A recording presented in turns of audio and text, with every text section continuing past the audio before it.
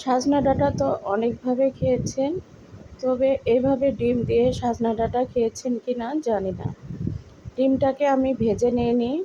ভাজা ছাড়া কিভাবে সাজনা ডাঁটাটা আমি ডাউল দিয়ে আর ডিম দিয়ে সাজনা ডাঁটা রান্না করেছি, সেটাই আজকে আপনাদের সঙ্গে শেয়ার করেছি। আশা করি আপনাদের খুবই ভালো লাগবে, আর এটা খেতেও কিন্তু খুব সুস্বাদু হয়ে থাকে। তো চলুন চলে যাই কিভাবে তৈরি করছি। প্রথমে আমি এখানে ফ্রাই প্যান নিয়েছি। ফ্রাই প্যানে আমি তেল দিয়েছি, দেওয়ার পর এখানে পেঁয়াজ দিয়ে দেব। এখানে কিছুটা পেঁয়াজ দিতে হবে। এরপরে এখানে আমি কাঁচামরিচ আর কিছু রসুন দেব। মশলা একদম সামান্য এখানে ব্যবহার করব। অতিরিক্ত মশলা ব্যবহার করা যাবে না, তাহলে তরকারিটা খেতে ভালো লাগবে না। সাজনা ডাঁটা দিয়ে ডাউল রান্না তো অনেকেই অনেকভাবে খায়, তবে আমি একটু আলাদাভাবে এই রেসিপিটা তৈরি করি। আর এই রেসিপিটা খাইতেও কিন্তু খুবই সুস্বাদু হয়ে থাকে। তো এখন এই পেঁয়াজ আর কাঁচামরিচ রসুনগুলোকে লাল লাল করে ফ্রাই করে নিতে হবে। একটু সময় নিয়ে এগুলোকে লাল লাল করে ফ্রাই করে নিয়েছি, দেখতেই পাচ্ছেন। এখন আমি এখানে ডাউলগুলো দিয়ে দিব। আগে থেকে আমি ডাউলগুলোকে সুন্দর করে ধুয়ে রেখেছিলাম। সেই ডাউলগুলো কিন্তু এখন এই বাগারের মধ্যে দিয়ে দিলাম। তো এখন এটাকে দিয়ে আমি এভাবে নেড়েচেড়ে কিছু সময় ফ্রাই করে নিব। এভাবে তেলের মধ্যে ফ্রাই করে নেবেন কিছু সময়, এতে করে ডাউলটা ফুটতে দ্রুত সাহায্য করবে, আর এটার টেস্টও একটু আলাদা হবে। তো এখন ডাউলটাকে আমি যতটা সম্ভব এইভাবে নেড়েচেড়ে সুন্দর করে ফ্রাই করে নিয়েছি।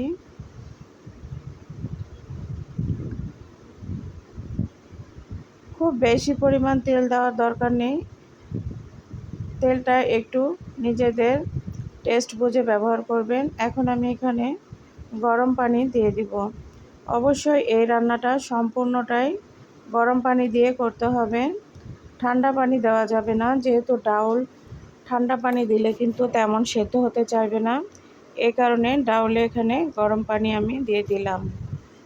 আমি এখানে একটু মোটা সাইজের ডাউলটা ব্যবহার করেছি। আপনারা চাইলে চিকন ডাউলটা দিয়েও এই রেসিপিটা তৈরি করতে পারেন।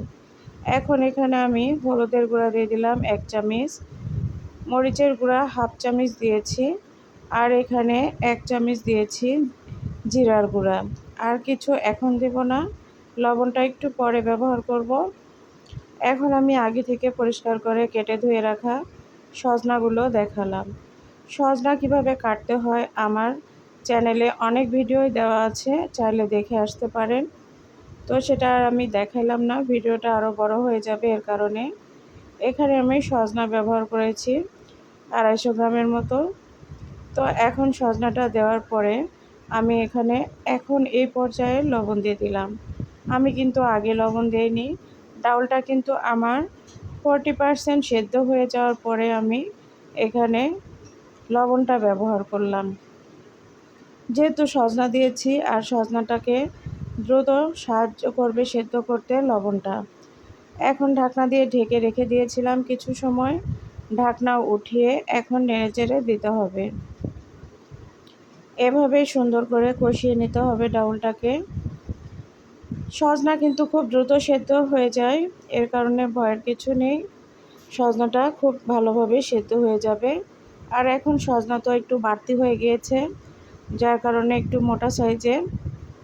তো এখন এই যে দেখুন, আমি এটাকে নেড়েচেড়ে সুন্দর করে কষিয়ে নিচ্ছি।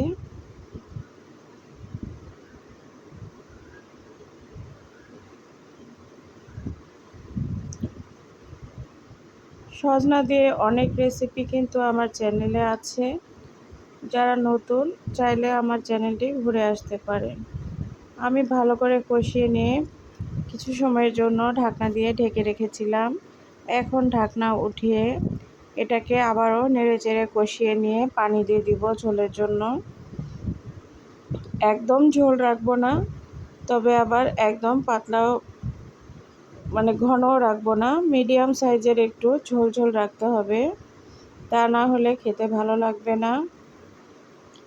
আর ডিমটা আমি কোন পর্যায়ে ব্যবহার করেছি সেটা কিন্তু দেখতে পুরো ভিডিওটা সঙ্গে থাকতে হবে। স্কিপ করে গেলে কিন্তু বুঝতে পারবেন না কিভাবে এই রেসিপিটা তৈরি করেছিলাম। তো এই তো এখন আমি ঝোলের জন্য এখানে পানি দিয়ে দিব। ঝোলের জন্য পানি দিয়ে দিলাম, দিয়ে এখন নেড়ে চেড়ে নেব, নিয়ে ঢাকনা দিয়ে ঢেকে কিছু সময় জাল করে নেব। এখানে কোনো প্রকারের টমেটো বা ধনিয়া পাতা ব্যবহার করব না, আপনারা চাইলে ব্যবহারও করতে পারেন।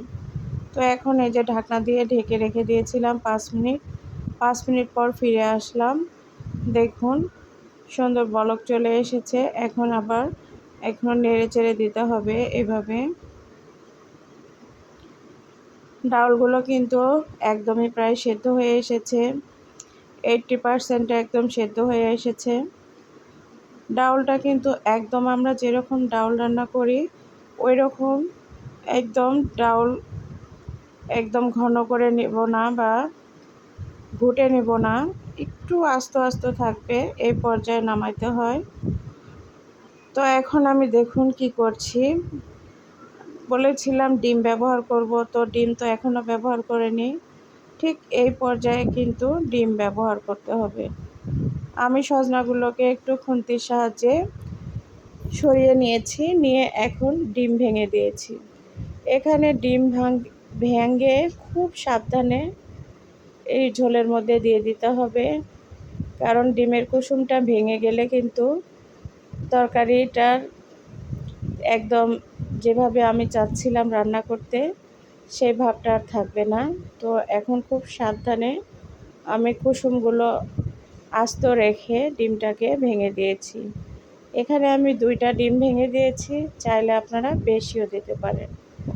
উপর দিয়ে সামান্য একটু লবণ দিয়ে দিলাম ডিমের উপর দিয়ে, আর সামান্য একটু শুকনা মরিচের গুঁড়া দিয়ে দিব। এটা অপশনাল, চাইলে নাও দিতে পারেন, কোনো সমস্যা নেই। এখন দেখুন ঢাকনা দিয়ে ঢেকে আরও 5 মিনিট জাল করে নিব।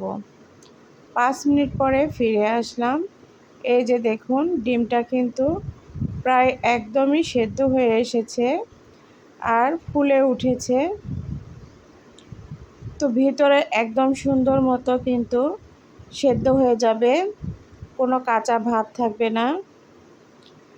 এভাবে কিন্তু ডিম তেলানি একটা রংপুরের বিখ্যাত তরকারি আছে, আমার চ্যানেলে ডিম তেলানির রেসিপিও দেওয়া আছে, চাইলে আপনারা দেখে আসতে পারেন। তো এই যে এখন আমি এখানে ভাজা জিরার গুঁড়া দিয়ে দিচ্ছি, যেটা না দিলে আমার একদমই তরকারি খেতে ভালো লাগে না। তো অবশ্যই এখানে ভাজা জিরার গুঁড়াটা ব্যবহার করে দেখবেন, আশা করি আপনাদেরও খুবই ভালো লাগবে। তো এখানে তরকারি কিন্তু খুব বেশি পরিমাণ না, এর কারণে আমি 2টা ডিম ব্যবহার করেছি, 2 জনের জন্য সুন্দরভাবে খাওয়া হয়ে যাবে। চুলাটাকে বন্ধ করে এখন পরিবেশন করে দেখাচ্ছি, দেখুন আমি ভাতের সঙ্গে এই ডিমের তরকারিটা খেয়ে দেখব কেমন লাগে। তো এটা ভাত দিয়ে আসলে খাওয়ার জন্য, রুটি দিয়ে তো আর সজনা খাওয়া যায় না, যার কারণে ভাতের সঙ্গে গরম গরম ভাতের সঙ্গে কিন্তু এই তরকারিটা খেয়ে দেখবেন। কেমন লেগেছিল আজকে আমার এই রেসিপিটি অবশ্যই কমেন্ট করে জানাতে ভুলবেন না। ভুল ত্রুটি হলে ক্ষমা সুন্দর দৃষ্টিতে দেখবেন।